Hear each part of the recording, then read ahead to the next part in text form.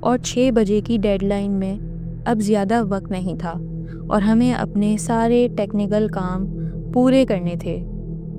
ہم اپنے کام میں لگ گئے، پر میرا دھیان بار بار اس عورت پر جا رہا تھا۔ اب آدھا گھنٹہ گزر چکا تھا اور وہ اب بھی وہیں اسی طرح اکیلی بغیر ہلے بیٹھی ہوئی تھی، ایسے اکیلے سمندر کے پاس، اور وہ بھی اس سنسان جگہ پر۔ دل چاہ رہا تھا کہ جا کر پوچھوں، کوئی ضرورت مند تو نہیں ہے؟ کون ہے یہ؟ لیکن میں خود کو روکا رہا کیونکہ 6 بجنے والے تھے اور وہ ہمارے سیٹ اپ سے تھوڑا دور کو تھی، تو ہمیں کوئی پریشانی نہیں ہو رہی تھی اس کی وجہ سے۔ خیر کچھ دیر بعد فراز نے بولا، یار زین، وہ عورت کب سے بیٹھی ہے؟ مجھے کچھ ٹھیک نہیں لگ رہا، میں ایک نظر مار کے آتا ہوں، کیا چکر ہے، کیوں بیٹھی ہے یہاں اکیلی؟ میں نے اسے منع کیا، فراز رہنے دو، ہمارا کیا جاتا ہے، تم کام پر دھیان دو۔ پر اس نے کہا کہ بس ایسے ہی نظر مار کے آ جاؤں گا۔ سچ کہوں تو مجھے بھی کب سے اسے دیکھ دیکھ کر گھبراہٹ ہو رہی تھی، کیونکہ ظاہر سی بات ہے سامنے نظر تو پڑتی ہی ہے۔ میں نے آخر میں کہا کہ ٹھیک ہے جاؤ، لیکن جلدی آنا۔ میں خود بھی تھوڑا آرام کرنے کے لیے چیئر پر بیٹھ گیا۔ فراز اس عورت کی طرف چل دیا۔ میں پیچھے چیئر پر بیٹھا اسے بڑی دلچسپی سے دیکھ رہا تھا۔ وہ آہستہ آہستہ اس کے پاس گیا اور تھوڑی دیر ویسے ہی کھڑا رہا، پر آپ یقین کریں کہ اس عورت نے اس کی طرف دیکھا تک نہیں، جیسے اس کے پاس کوئی کھڑا ہی نہ ہوا ہو۔ وہ ویسے ہی بالکل ہلے بغیر بیٹھی رہی۔ قریب جا کر فراز نے دیکھا کہ وہ اصل میں ایک اچھی خاصی عمر کی بوڑھی عورت تھی۔ اس کے پاس زمین پر ایک چھوٹی سی گٹھری بھی پڑی ہوئی تھی اور ایک ڈنڈا تھا جسے پکڑ کر بوڑھے لوگ چلتے ہیں۔ فراز نے ذرا ہمت کر کے اس سے پوچھا کہ اماں یہاں کیوں بیٹھی ہو؟ کس کے ساتھ آئی ہو؟ میں دور سے دیکھ رہا تھا، پر اس بوڑھی عورت نے کوئی جواب نہیں دیا۔ فراز نے پھر تھوڑی اونچی آواز میں پوچھا، اماں کوئی پریشانی ہے کیا؟ کس کے ساتھ ہو آپ؟ اور اس طرح اکیلے کیوں بیٹھی ہو؟ وہ بالکل ہل بھی نہیں رہی تھی۔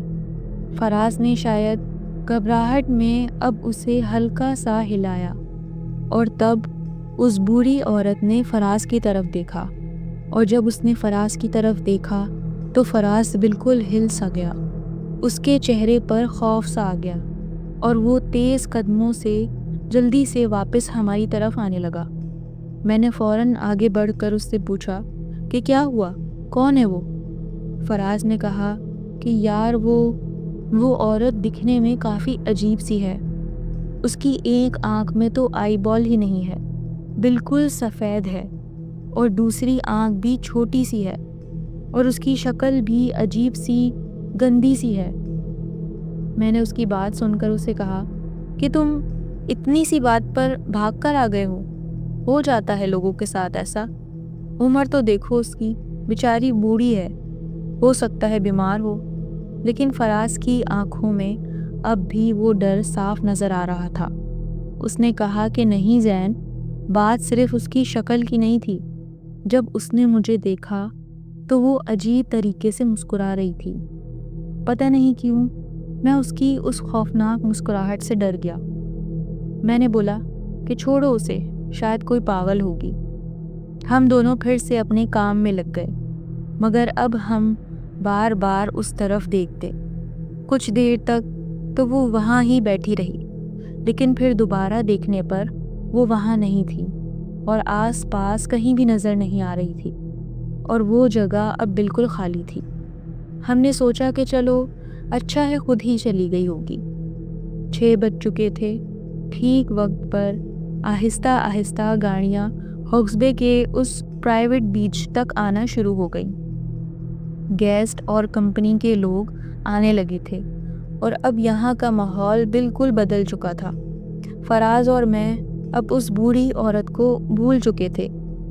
ہمارا پورا ذہن اس ٹینشن میں تھا کہ ایونٹ اچھی طرح سے کمپلیٹ ہو جائے اور کسی بھی چیز کی کوئی کمی نہ ہو۔ ایونٹ ٹھیک سن سیٹ کے وقت شروع ہوا، جس کا منظر بے حد شاندار تھا۔ اگلے 3 گھنٹے ہم دونوں صرف اپنے کام میں ڈوبے رہے۔ جیسے ہی ایونٹ ختم ہوا، ہم نے سکون کی سانس لی۔ مین ایونٹ سکسیسفل رہا۔ گیسٹ آہستہ آہستہ وہاں سے نکلنا شروع ہو گئے۔ کچھ امپلائیز اور کمپنی کے خاص لوگ تھے جو رک کر آرام سے ہٹ میں ڈنر کر رہے تھے۔ اس کے بعد وہ لوگ بھی چلے گئے اور رات تقریباً 11 بجے چیئرز اور اسٹیج کا سامان لے کر جو مزدور آئے ہوئے تھے وہ بھی سب سمیٹ کر ٹرک لے کر نکل گئے۔ اب اس ہٹ میں صرف میں اور فراز ہی بچے تھے۔ ہم بہت تھک بھی چکے تھے، تو ہمارا پلان تھا کہ ہم کچھ دیر یہیں پانی کے پاس سکون سے بیٹھیں گے اور پھر نکل جائیں گے۔ اسی لمحے کسی نے اچانک ہمارے پیچھے رکھی ہوئی ٹیبل کو ٹھوکنا شروع کر دیا، جیسے کوئی زور زور سے ہاتھ مار رہا ہو۔ ہم دونوں چونک گئے، پیچھے مڑ کر دیکھا تو وہ وہی بوڑھی عورت بالکل ہمارے قریب پیچھے کھڑی ہوئی تھی۔ میرا دماغ گھوم گیا یہ منظر دیکھ کر۔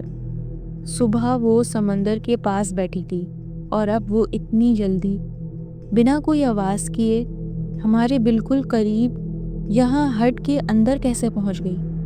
نہ ہی وہ ہماری طرف آتے ہوئے دکھی۔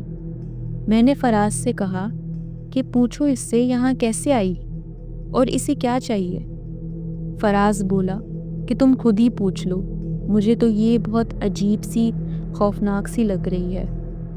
میں نے اس بوڑھی عورت سے پوچھا کہ اماں کیا چاہیے آپ کو، اور اتنی رات کو یہاں کیا کر رہی ہیں آپ؟ اس نے کوئی جواب نہیں دیا، وہ بس کھڑی رہی اور اپنے ہاتھوں سے اپنے پیٹ پر اشارہ کیا جیسے بھوکی ہو۔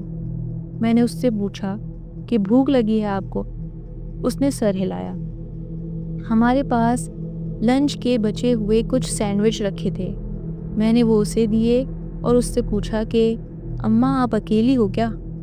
اس نے پھر کوئی جواب نہیں دیا، وہ بس جانوروں کی طرح کھا رہی تھی۔ ایسا لگ رہا تھا جیسے اس نے بہت وقت سے کچھ کھایا ہی نہ ہو۔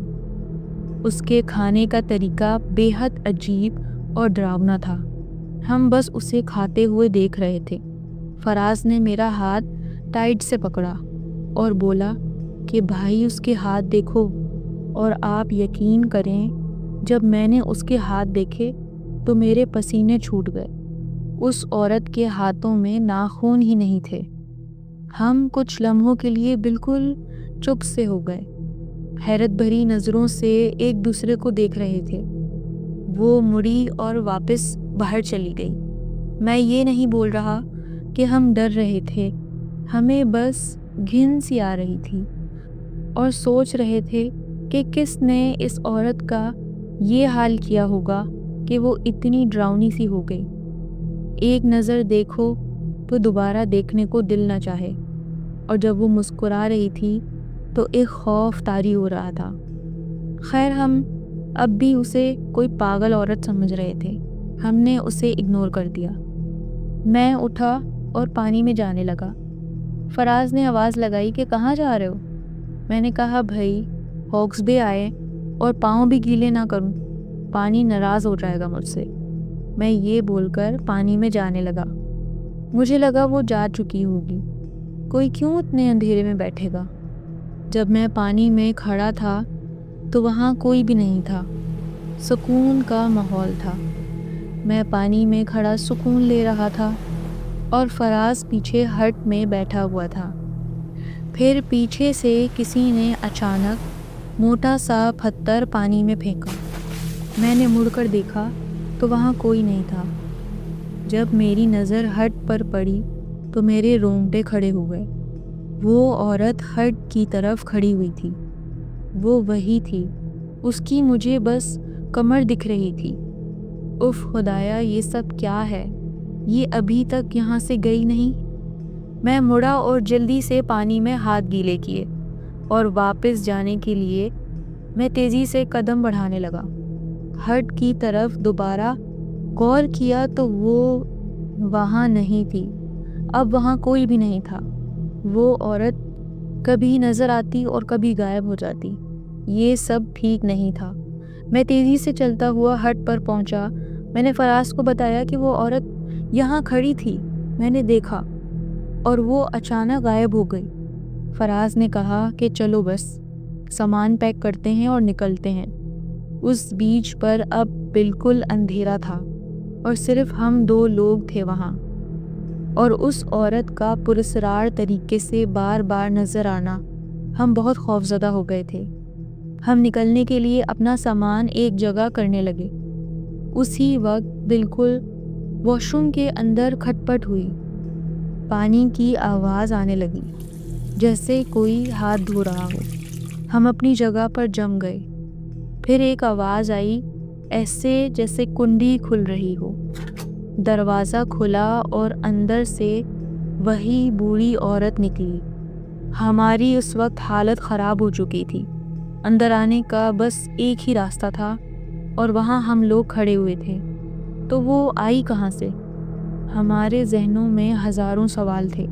وہ بس نکلی اور نہ اس نے ادھر دیکھا نہ ادھر، بس اپنا ڈنڈا پکڑے سیدھے باہر سمندر کی طرف جانے لگی۔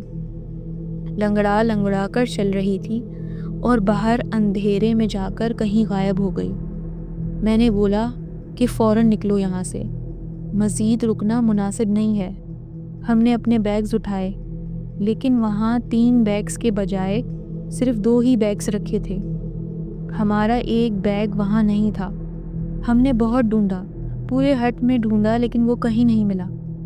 پتہ نہیں میں کیوں ایسا فیل کر رہا تھا کہ جیسے کوئی پاور ہے جو ہمیں وہاں روکنے کی کوشش کر رہی ہے۔ میں نے کہا کہ چھوڑو، کھو گیا تو کھو گیا، یہاں سے نکلتے ہیں۔ پر فراز نے کہا کہ اس میں ضروری سامان ہے، میرا والیٹ ہے، میں ایسے چھوڑ کر نہیں جاؤں گا۔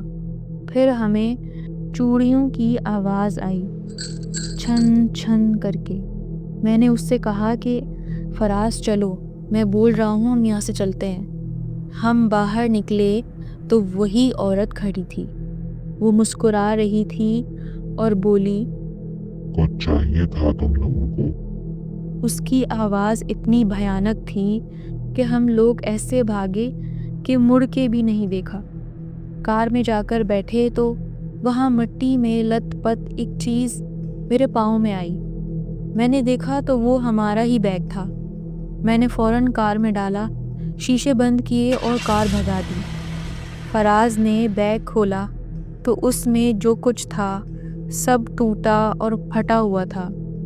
والیٹ کے سارے پیسے سب پھٹے ہوئے تھے اور ہمارے برانڈ کا سارا سامان جو اس میں تھا، کارڈز وغیرہ، وہ بھی پھٹ چکے تھے، جیسے کسی نے انہیں جان بوجھ کر پھاڑا ہو۔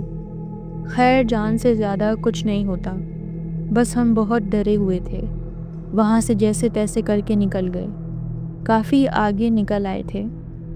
ہاکس بے کا راستہ اب ختم ہو گیا تھا، پر ہمارے ذہنوں میں وہ اتنی سوار ہو چکی تھی کہ ہم نے شاید خود ہی اسے انوائٹ کیا تھا۔ ہمیں سمجھنا چاہیے تھا کہ کوئی عورت کیوں بیٹھے گی اکیلے۔ وہ ہمارے پیچھے جبھی لگی کیونکہ ہم نے اسے اجازت دے دی تھی شاید۔ ہم نے اس سے جا کر خود پوچھا اور اسے تنگ کیا۔ بہت ٹائم تک ہمارے ذہنوں پر سوار رہی وہ چڑیل۔ میں اسے چڑیل ہی بولوں گا کیونکہ وہ کوئی انسان نہیں تھی، اتنا تو ہمیں یقین ہو گیا تھا۔